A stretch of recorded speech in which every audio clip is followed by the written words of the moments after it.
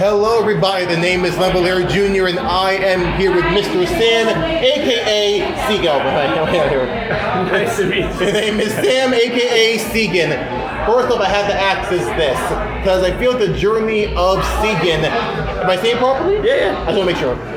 The journey of Segan has been quite an interesting one. If I'm not mistaken, this is something that's like, I don't know if it's like another, alias of your project. You did anything before Segan? I didn't. I've just been making different types of music for like 7 years. But I started out making kind of like lo-fi, stuff like that. But then went to drum and bass, and I kind of fell in love like 5 years ago. So I understood. Yeah. So what is about drum and bass that lures you so to its amazing genre? I guess because it's a challenge to make, and it's fun for me to dance to. I don't know. It's hard for, I think, Americans to dance to. That sounds pretentious, but it's definitely making its way around the dance floor now. I think people are understanding it. But I look at it as like this really cool new thing that's been around forever, weirdly enough, but that people are starting to sound fresh, and I think it's great. People making really cool stuff. So I'm just curious to know, when it came to the power of drum and bass, was what type of song or what type of artist really lured you, or that made you think, oh my gosh, this is kind of amazing music? It could be any artist or any type of moment if you can recall one. Sure, yeah. I mean, so Pendulum, I would say a long time ago. Pendulum Prodigy, I was just listening on repeat all the time. It was the best. I remember just having all those songs 70 times in a row. I'd just be listening to them when I was 12 years old. But, the classics like Skrillex, Deadmau5. But then, listening to people like Sub Focus over the years, obviously is a huge inspiration. The guy's a legend. And the newer guys, all the worship guys are super inspiring to listen to. But then what I love about drum and bass is people are so technical, and there's so many different types of people who don't even have an insane following. They're just making the craziest music. So, yeah. The following, all that stuff doesn't really matter when it comes to drum and bass. It's really about the technicality of it all. Yeah, I think so too. Which is kind of interesting, because people would think that drum and bass is not really something that's very meticulous, but the thing is, when you look at drum and bass, there's so many other new styles of it, and people are trying to put their own little twist in it. You have your normal 4x4 drum and bass, you have liquid drum and bass, and you have so many others. I'm just curious to know, when it comes to your drum and bass, what you put out there, how would you describe it? I would say it's more dance floor drum and bass, but I made everything. I made liquid, 4 on the floor, techno. I had a remix for Insomnia that I put out that was cool. But that was a 4 on the floor techno weird one. It wasn't even really drum and bass, but it was great. I don't know. I like making every single type of drum and bass just because it's pretty expressive in all the different subgenres. But if you can elaborate a bit, expressive how? I think you have the vocal belters over the dance floor, and then you have the chill Piri and Tommy type liquid. I see. That is really appealing. I mean, on streaming too. So eventually, I definitely want to put stuff out like that. I mean, I put on Halftime now, and I put on a lot of dance floor stuff and a lot of dance floor remixes for Reaper and Nightmare and SLANDER, but. Yeah, I definitely want to make all types of stuff. It's all sitting on my computer. I just have to release it, but yeah. Understood. But we also got to give a bit of love to another artist who I believe kind of maybe helped kick off your little drum and bass journey. You got to get some love to Redline out there, because of the one flip that you guys did with Griztronics, which kind of began everything. So I'm just curious to know, regarding that very first ever song released on SoundCloud, how did that kind of come to be and made you think, this could be something I can get used to? It's so funny, yeah, because Kevin and I have been roommates, so Kevin Redline, but we've been roommates for a long time, and I had just started making drum and bass and doing these flips, and he was like, dude, listen to this new song. It was the day Griztronics came out, and he was like, you should flip this, and I was like, hell yeah, and so I re-drummed it quickly, put it out, we sent it to Derek and Tyler and Scott, and they were like, oh, this is great, and then they just played it out, and that's how it kind of got so crazy. But it was super fun, really unexpected. It was also these are usually how these things go, but I put maybe 30 minutes of work into that, and I had songs where I was putting 100 hours into and just tweaking the mixes, but this one I just re-drummed it and then it just went crazy. But I mean, Reaper's remix of Griztronics is fantastic. Like there are a lot of different remixes that were really good. Yeah, ever since Griztronics came out, there were so many remixes. People that try to put their own twist in it because it was that versatile, it was that cool, it was that catchy, and people just really wanted to jump in, just wanted to show what they got. So I'm happy someone like you and Kevin, aka Redline, put your own twist out there, and it got a lot of pretty good attention. It got played out in so different places, and I'm just so proud of you for that. Hey, thank you. It was the start of something pretty incredible. So, like you said, it grew into you, like, remixing stuff for, I would say, for Suzuki, the song "Don't Worry" with Carla and him. It then grew with Nightmare Slender with "Fall Into Me." Then grew into Reaper with "I Miss You" with Bella Renee. Amazing song already, but perhaps someone like you put your twist into it. Absolutely freaking incredible. But I got asked about the big things that really stick out to me a lot. Your freaking originals, particularly when Reaper first noticed you in Critical Mass Volume 1 and Space Shot with the song "Champion." How did that come to be? That one was just splice samples, I think. That was all just splice samples. It was all from who? It was some crazy maybe reggae pack or something, like I don't know, but it was a lot of one shots that I was using that I got. Hey, Control Freak. What's up, Limbo? How you doing, bro? Doing great. I am so freaking proud of you, man. This is doing Segan right here. Yeah, bro. But I got to say this very quickly. Saw you how much you've grown ever since age 15. Sorry.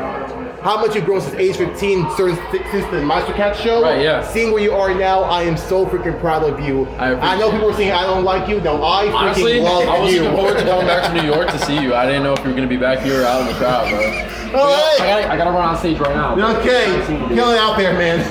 Sorry, and again, Control Freak, you're freaking incredible.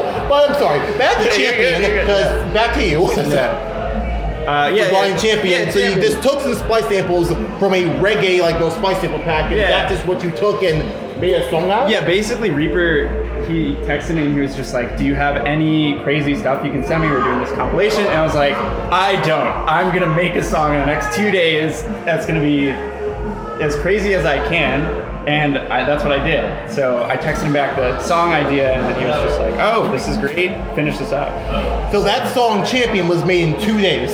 Pretty much, yeah. And then I finished it out, like the mix down and stuff later, but yeah, the idea was sent in very quickly. Oh my gosh, that is amazing. Yeah. And you make a song like that in 2 days, I really wonder how much time you can make, how much time you'll have to make a song in 1 day, maybe 6 hours. You can really challenge yourself. I mean, it depends, because I've worked on the same song for like 200 plus hours and I haven't put it out. So do you know what song that might be, or is that I know what song. It's sitting on my computer. I know what it is, but I made like 2 different versions of it, maybe more.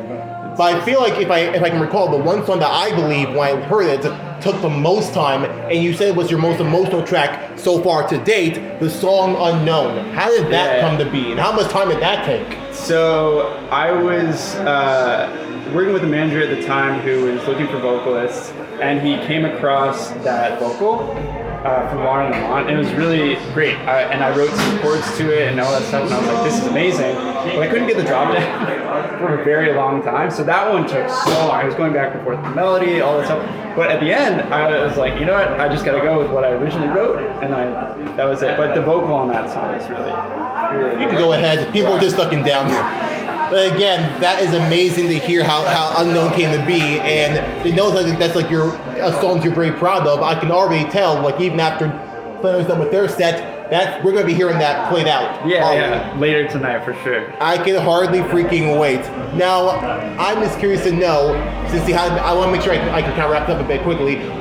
What is going to be next for Segan? Because for you to play October 18th and the 19th with SLANDER, that's pretty incredible for SLANDER knows you and say, you know what? You did such an incredible job with Fall Into Me. You know what? Come with us on this little two-day tour. What is going to be next for Segan? Will we see you on future SLANDER sets? Well, I hope so. That'd be great. I've got some shows coming up soon. I'll tell you about those later. But after that, it's mainly putting out originals. So more originals and getting booked for more shows, keep on grinding. And my goal is to just put out good music and play fun sets, and that's really it. If it goes somewhere like big, cool. If not, that's great. Like I just want to have people dance to drum and bass. Like that's really it. Understood. Yeah. And I can feel like this is something that maybe I learned this lesson thanks to Reaper and so many other drum and bass artists who I listen to, that when it comes to drum and bass, for the Americans out there, for the Americans out there, whether you're from the USA, UK, Argentina, Australia, wherever you are, there are no rules when it comes to drum and bass. There's no rules for how to dance to it, how to make it, or that type of thing.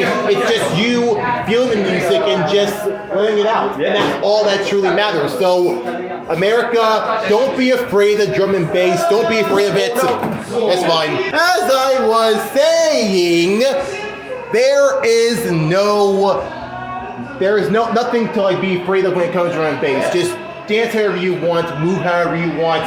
That's the point like so many artists have been saying and trying to portray throughout their years. And Reaper, I think he said it best. It's best when we move together. One of my favorite songs from the Destructor LP. And thanks so much, Reaper. Thank you so much, Space Yacht. Thank you so much, Bella Renee, and so many other people out there who have inspired Segan to go on this journey. SLANDER, Nightmare, Dylan Matthew, everyone, for seeing the beauty in him.